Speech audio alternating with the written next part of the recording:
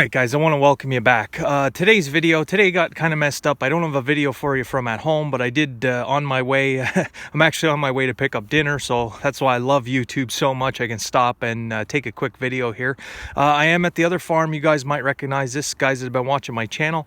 Today I want to do a little bit of a different video. A lot of guys say they like the farm history and the family history. I just want to do a brief history of the farm and who farmed it. Mainly that's going to be the focus, how this farm was farmed by different people throughout the years. Now that the leaves are off the trees, you can see more of the fields up there. You couldn't see them in a couple of my other videos because the leaves. I hear Dad cutting with a chainsaw, so he's cutting firewood. Anyway, you see that field up there. There's let me try to zoom in. All right, so you'll notice there's some there, and there where the corn was. We always called that field the terrace field. Zoom back out because there's terraces in it. You see the way it's sloped this way. The mountain is right there. Our field's butt right up against the mountain. At one time we owned, you'll see green on the other side of the road. That was a mountain field, and then in the back there was like a 7-acre hidden field that you couldn't see right at the base of the mountain. Those were since sold off. There's another field on the lower side of the road here that we still own, and there's a house, and that was a field at one time too. So but that's not what we're here to talk about. You can see the fields now through the trees. I think that's like 9 acres, and then another 3 or 4 with that other little field crossed by the railroad tracks. That cornfield there they had harvested that I was talking about the other day, that might be about 7 acres. This hill is about 15 acres, and then you got 2 acres there, 2 acres there. It's a lot of little patches. But anyway, let's get into this history of the who farmed the place through the years. All right, so this farm has been in the family since the 1800s. It's one of the family farms. My family farmed it all through the years, all the way up. I mean, basically all through every generation they had kept it in the family and farmed it. So the farm didn't change a whole lot as far as the fields. There wasn't anything really added. There wasn't much acreage, and I just walked down here to show you this hill. There wasn't much added to the farm through the years. It kind of stayed the same size. So we'll start in the 60s. Like I said, my grandfather, it seemed like every generation there was a generation that took the biggest leaps forward as far as a farming operation, as far as adding things. And that for this place was my grandfather. He was the one that had the dairy cows. He put an addition on in the milk house, and was one of the biggest factors here to make what is here today. So he farmed it. He, like I say, he milked like 27 dairy cows. They had chickens, they had pigs, they had a little bit of everything. And he had all the fields here were hay. Everything he did was hay on this farm. So he died in 1968. So this is kind of where the story begins. 1968, my granddad passed away of cancer at the age of 38. My dad was only 9 years old at the time. So there wasn't a lot he could do. My dad's older brother, he was like 18, 19. He had left for the Navy, I guess. I don't know if it was around that time or a little later.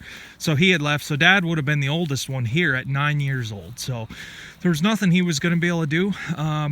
My great-grandmother tried to, from stories I've heard, now granted I can't be 100% on everything because everybody I talk to will give you a different story, and that stands to reason. Everybody has a different experience, I guess. But my great-grandmother had tried to make the hay and farm and milk the cows and try to keep things going. My great-grandmother was a pretty darn hard worker. And went through a lot in her life that made her tough. I mean, all the all the rough times that she went through made her pretty darn good. But there was no way she was going to be able to keep everything going and keep milking the cows and that kind of stuff. So in the 70s, 68, 60, 69, 70, the farm where I am from, which is right over that tree line there used to be a bridge across the creek down here, and that farm was maybe a minute away. You could get there in about a minute and a half. Today it's not the case. So what happened then was the dairy farmer that owned the place where I'm at, he offered to keep up the fields and rent the ground, and he made the hay on the farm. This farm was farmed pretty well consecutively. There was no gap. So he farmed here and made the hay.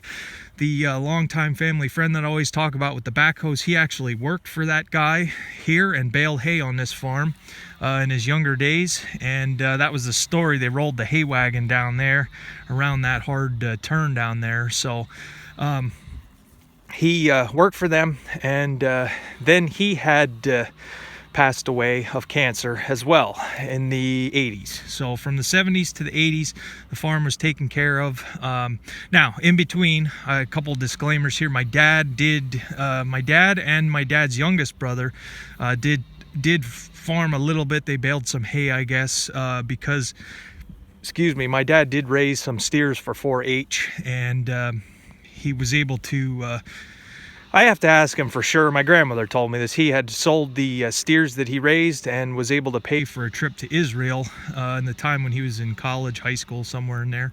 So that's he had a little bit of experience here as a younger guy. But anyway, so we're in the 80s. All the equipment stayed here. The equipment was never sold. It was my great-grandmother in her late years, and then my dad that sold the majority of it. When I came on the scene, we had a little bit. I'll talk about that in another video. All right, so 80s.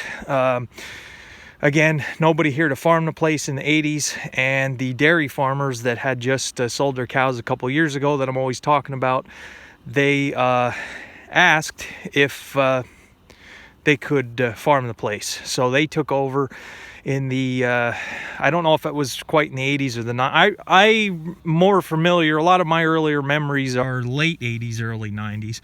So I do remember them here as a young kid. I don't know if they took over right away in the 80s or if the farm sat in between the two guys that rented it out. But so the dairy farmers, and basically what they did is they mowed the hay, and the next day they would come back and chop it. It was just grass hay. After they would chop it, they would go and blow it into the harvest store for feed for the dairy cows. I do believe they were the first ones to grow corn.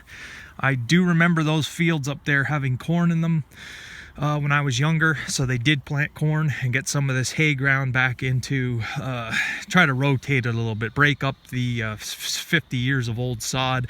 They did do that pretty successfully, and they farmed all the way until about 1999, 98, 99, and they decided that they didn't need to feed anymore, and they gave it up. So that's kind of when I came on the scene a little bit, trying to think where I was in 98, 99, 2000. I was here, and I would have been in, where was I? All right, anyway, to keep my story flowing, so I couldn't do anything right away because I didn't have any equipment. There was a Farmall Super C here that did not run, and a shed that was falling down. There was a International Sickle Bar mower. There was a drag disc, drag harrow, and an old grain drill. That was it. That's what was left over from my granddad. So all that stuff is since gone except for the Super C, of course. I think it took me quite a few years until I really got serious. I did play around with it a little bit. I did try to mow the fields with the sickle bar just to mow them down. But anyway, we'll fast forward a little bit. When I actually got serious and started that I was going to farm here, these fields hadn't been rotocutted in years. The multiflora rose was so high. I started with an 8N Ford and started pushing out all this. This was just all sticker bushes and overgrown. There were trees starting to come up, and it was a lot like reclaiming old land. And I'm just fortunate enough that I was able to use that 8N Ford to push out all those sticker bushes. I had bought a rotary cutter. I think I was working at the dealership there in my first year. Bought a little Woods rotary cutter. I think it was a 5-footer, and I rotocut 35-40 acres with a 5-foot rotocutter to get started. So all right, so from the, we'll just say 2002, I think is about where I would have started, all the way up until 2014. In 2014, I was going back to work a regular job. It was more steady. I had been married for a while at that point, and we just needed more income. And also, Dad wasn't living here at the time. So he was going to be moving back, and I knew that with all my equipment that I had here and my business of buying and selling and just the constant buying things and filling up buildings, Dad was going to need the space. And I decided, you know what, I'm going back to work a regular job, and he moved back here. So I got the guys now that are farming it and making hay on it. So that's kind of the evolution of this property, kind of what happened through the years. I am going to add stuff to this video as time goes on, as far as guys want to know what equipment they had used back then. So I'm going to do a rundown. I have a lot of the owner's manuals yet. So all right guys, I got to go pick up dinner, so I'm going to be late. So thanks for watching. I appreciate it, and I will see you guys maybe tomorrow.